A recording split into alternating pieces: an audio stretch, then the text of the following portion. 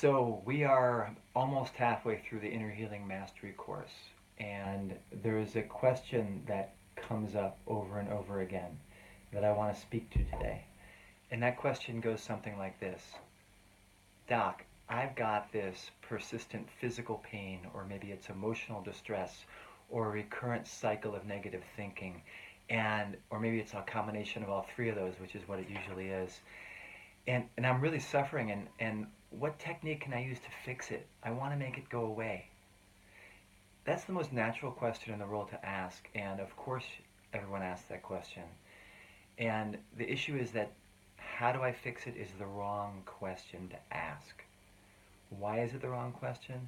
Because usually when we try to fix something, when we try to make something go away, it doesn't work. And when we try to push something away, it comes towards us. And that doesn't necessarily mean you're going to suffer for the rest of your life. But what it means is that we're dealing with inner stuff, and what we're after is inner transformation. And fixing is the wrong language. This is language of healing. Healing is different than fixing. Healing comes from a place inside your own being that is much deeper than your desire to fix the problem. So let's unpack this a little bit. When I'm trying to fix something, I'm basically confronting it. I've got an aspect of will. I'm going to change it and I'm going to make it better. The issue is that the source of that will is usually coming from a place that's fearful or angry or sad or other negative mind state. There's a place inside of me that's just not okay with the issue. I have an issue with the issue, and that issue with the issue makes me want to fix it. And the trouble is, it's like at the same level. You know, there's an expression in the Talmud that says a prisoner can't let himself out of jail. And what I'm suggesting is that the level at which I am in distress and in a negative, frustrated, struggling, distressed place, I can't actually transform the parts of me that are also negative and distressed. When I take this desire to fix that comes from a negative place inside of me, and I want to meet this part of me that's hurting, it's kind of like I'm just knocking against myself. And that's what creates more pressure and more distress and more turmoil and more suffering. We call it resistance. And resistance is part of the pain. That's why we work towards acceptance. But that's another aspect of this story. To give a metaphor that illustrates this, imagine you're standing there looking at a classroom, and you got a boy named Richie, and Richie's having some difficult problems. Things aren't so great at home. His brother beats up on him. He's kind of a miserable kid, and he is calling out for attention, and he makes a lot of noise, and he does all sorts of things in class that disrupt the class. And there's another guy there, and his name's Bobby. And Bobby's one of Richie's classmates, and Bobby's getting pretty upset with Richie because he's disturbing the class and he can't hear the teacher. Bobby's scared he's not going to do okay on the test, and he needs to do okay on the test, or Bobby's scared he's going to get in trouble because of Richie making noise sitting next to him. So he's upset with Richie. So he's like, Richie, what are you doing? And he starts to hassle Richie. Maybe he shoots spitballs at him. Maybe he dumps his books or pushes him up against the wall and threatens him. He's creating more disturbance. He's not fixing the problem. And that's what we do when we say, I want to fix it. Because part of me goes in there and pushes against it. And that makes it worse. And that's not healing. So it's a simple metaphor, but the principles I'm taught that are behind it are actually starting to be elucidated by modern neuroscience and behavioral neuroscience. And the same principles or same aspects are kind of explained by the model of our consciousness that our sages brought to help us understand this process of transformation and living a life that's more productive and giving and loving and connected to divinity. So we're not going to get conceptual here because I want to be very practical, but maybe we'll talk about the conceptual and the scientific aspects of that later. The simple thing, though, that I want you to do is make a shift, and make a shift from this notion of fixing with an agenda to make things different than they are, and shift to a healing metaphor. And the healing metaphor is a whole different approach. what I want you to do is become like the enlightened teacher in that classroom where Bobby and Richie are fighting with each other. Because the enlightened teacher is not confused by the pain and by the problems. The enlightened teacher is not lost in the drama. The enlightened teacher is actually a caring, mature person who sees these two boys and understands them and respects them and loves them.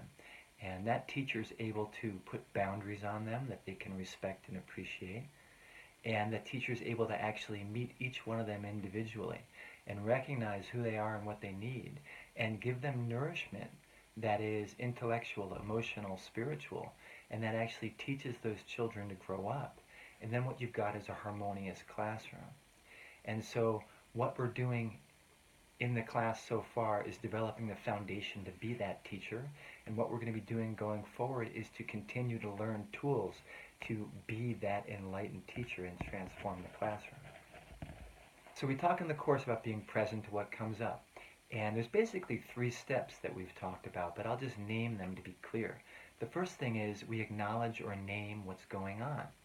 The second thing we do is we distinguish the physical from the emotional, from the mental aspects of it. We call that the triangle of awareness, because that's what's going on in all of those experiences. And the third thing we want to make sure we do is agree or accept what's happening. And those are the 3 steps. We agree to its existence in the moment. So first, let's break this open a little bit and open it up. First, we name it, right? When we label the thing, we want to give it an emotional tone that's helpful and productive. It's not so helpful if I say, here's that horrible experience, or here's that life-threatening thing going on, or here's that intolerable pain. What's much more helpful is if I say to myself, I'm having an unpleasant sensation, or I'm noticing unpleasant emotions. And the reason that's helpful is because the word unpleasant is true. It describes what's happening, but it describes it in a way that is emotionally more neutral, so that I'm not getting pulled into the cycle of reactivity and anxiety and stress from that thing. I'm labeling it. I'm a little distant from it. I'm having an unpleasant physical sensation. I'm having these unpleasant emotions. The I that is having or feeling or experiencing those things is separate from them, and thus it's bigger than them. It's not lost in them. And so this is part of how we relate to that experience like that enlightened teacher. So we name it an unpleasant sensation. The second part is about distinguishing physical, emotional, mental, and sometimes I might notice the emotions that are coming up around my pain. And then I might sit with those emotions. There might be further emotions underneath them. Frequently I'll feel anger, but if I sit with it for a bit, underneath the anger there might be sadness or there might be fear. And so those are all aspects of what's happening, because emotion is a layered process, and emotions beget other emotions. And then the other aspect is noticing the physical sensation and naming it for what it is. I've got a sharp, stabbing, aching sensation in my butt or my back or my arm, and being precise and discriminating about exactly what that feels like so that I know its particulars. So I've named the unpleasant experience, and I've noticed its physical sensations, and I've noticed its emotional aspects. And then I become aware of the thoughts that are generated, usually generated from the emotions themselves. We'll talk about this at another point, but most of our thought processes are coming from our emotions. I feel fearful of this, and so I start to think things about it. Like, oh my gosh, I'm never going to get better. Oh my gosh, how am I going to be able to take care of my kids or fulfill my responsibilities? Or maybe I'm feeling angry, and that guy who did this to me, it's all his fault, or it's her fault, or whatever it is. The thought processes that spin around the experience, which don't really help us actually recover or heal from the process. So noting those and letting go of them, letting them come because they're going to be there, but not getting caught up into them and not getting sucked into them. And instead letting them go, letting the emotions go, letting the sensations go, staying anchored in my breathing, letting the thoughts pass like they're clouds on an otherwise clear day, and just being aware of that experience. When I make those distinctions, I'm getting more clear about what's really happening. What may have been an unconscious experience of like an overwhelming storm of pain and suffering is now an experience of I've got sensation and I'm feeling emotions and I'm having thought processes. And when I start to do that, I start to actually understand the cause and effect.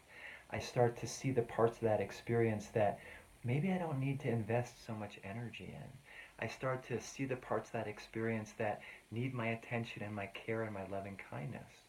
So I start to actually give myself a better way of relating to the old experience by being clear what's going on. I enhance my free choice. I'm stepping into that role of teacher who can actually, oh, I see and I understand what's going on. Maybe I can work with this situation. So after I'm acknowledging and labeling and distinguishing the physical and the emotional and cognitive parts. And I'm agreeing with the experience. And that word agree is a hard one because it's related to that word accept. And it's very easy for me to think, well, if I agree and accept this, then like I'm going to have it forever. But that's not what we're talking about. That's imagination. What we're talking about is right now, this is my experience. This is the flow of my experience, so I am agreeing with it because here it is. And it's what's up. I accept it because it's here and now.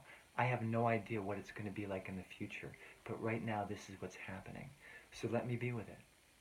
And that's transformative. Because when I'm doing that, I'm actually stepping out of that agenda of fixing. I'm stepping out of that cruel pressure of needing things to be different than they are. And I think we experienced this a bit perhaps in that exercise about saying yes and no, right? And the idea is when we say no, something happens inside of us. We get constricted, and that's part of our suffering. So the idea is agreeing and being with what's happening. It doesn't mean agreeing that it's going to be forever, but agreeing, right now I'm experiencing intense physical sensation and it's unpleasant. Right now I'm experiencing emotions that are hard for me. Right now my thoughts are racing and they're negative thoughts, and I'm noticing that. When I'm in the agenda of fixing, I'm like Bobby who wants to beat up Richie and tell him to shut up. And when I agree, I let go of that a bit. I disidentify with being one of those little boys, and I identify more with that role of teacher who's able to see the situation as it is and work with it constructively. So during the course of doing these 3 steps, we also talked about sitting and staying anchored in the present moment. While we're labeling and noticing and distinguishing and agreeing, I'm sitting with my breathing. And the idea is to give my breathing and my present moment awareness most of my attention, and to give a little bit of my attention to that experience that's unpleasant that's happening inside of me. So I give it a little bit of my attention and I wait and I see what's happening. So to sum up, when I do these steps of acknowledging and distinguishing and agreeing, I'm actually shining light into a situation that was dark. I had this unconscious knot of stuff, and I'm bringing awareness into it, which opens it up so that I can see it. And what it also does is opens me up so that I can actually access a higher place in my mind and heart and actually shine more light and more consciousness into that challenging, difficult place. We shared a metaphor in the class of this stream of life experience flowing past, and how we sit on the riverbank and the stream is flowing past and I'm on the river bank and I'm noticing what's there, and there's unpleasant things floating down. There's garbage or there's junk that's floating in the river. Maybe it smells bad, but I'm sitting on the riverbank. I'm noticing it. I'm not getting sucked into the river. I'm with my breathing. I'm with my present moment experience. Sometimes the experience is so intense, or I slip up and my old habits come back and I become less conscious and I get sucked into the river. Maybe I'm staring at the problem that I'm having and I'm trying to fix it with my mind and I'm looking at it really intensely and I'm bringing an agenda, and because of that I'm generating muscle tension in my head because it's really Bobby pushing against Richie inside of me. And so creating more muscle tension, I generate more pain, and then I generate more emotion, and then I generate thoughts of like, oh my gosh, see, this doesn't work. and I have hopeless thoughts, and I'm sucked into the river, and I'm all soaking wet. So what then? Well, I pop out of the river, and my head is up. And my head comes out of the river. I'm aware that I fell into the river. Wow, as soon as I'm aware, I'm actually on my way out. So I can like look, and there's the riverbank, and there's a branch, and I grab the branch, and I climb out of the river. It happens all the time. We fall, we fail, we're human. So I get out of the river, and I go for a walk in the sun, or sit on the bank, and I dry off. And then I take my seat again, and I start over. I notice if I feel ashamed, or I start blaming and beating myself up because I'm not the perfect golden retriever. Because I'm human, and human beings have all sorts of challenges and frailties, and we fail. And then we get up again. So we get up and we get back to the riverbank. So more recently in the course, we started developing this positive attention and intention in the heart to focus our attention on an image or feeling of ourself or someone else and sending positive intentions of love. That generates emotional energy. That generates biochemistry and neurologic activity that when we generate it, it's ours to use. And so for sure, depending on how we do that exercise, we can come up against resistance. It might be hard for me to send positive attention to myself, or hard to send positive attention to somebody else. The idea is that sometimes we want to work with that resistance as a constructive process of healing, but we also really want to do the practice and practice it in a way where we really generate that positive feeling. So choose the part that's easy and generate that positive heart energy, that caring, loving energy. Because that caring, loving energy is what we can use to relate to this difficult, painful aspect of our experience. Pretty soon in the course, we're also going to go to a different level, and we're going to do some exercises to develop what you might call more of a divine loving energy. Exercises that open up our sort of mind, spiritual space and intention towards a connection to the divine, a connection to high qualities like possibility and higher intention and divine love and beauty. And that's another kind of energy of our mind-heart that has biochemistry and neurologic activity to it. So by developing this heart energy and this mind spiritual energy, what we've done is created a space on the riverbank that's even more stable and solid and also transformative. It's kind of like we've created a spa on the riverbank. So we're sitting there touching the painful experiences and seeing the smelly stuff in the river, but we're hanging out in pleasure. Pleasure transforms pain. And so the idea is that whether I'm just sitting in the moment with my breathing and my body awareness, or the sounds of the birds around me, or the smell of the flowers, or the sights, or whatever it is that gives me a positive feeling, or whether I'm generating loving kindness in my heart, or generating a loving connection to divine, I build that energy, and I dwell in that energy, and I give a little bit of my attention to that part of me that's painful, that's experiencing physical pain and experiencing emotional pain and experiencing those alienating thoughts. And what I'm doing in that spa by the river is I'm like that teacher who's actually maintaining his or her loving, caring, intelligent, wise, mature space and bringing it into relationship with those parts of myself that are feeling alienated and a lot of pain. So in the end, the main thing is to practice. And we talked about noticing and labeling what's happening and distinguishing the physical from the emotional, from the mental aspects, and agreeing to the existence of that situation in the moment.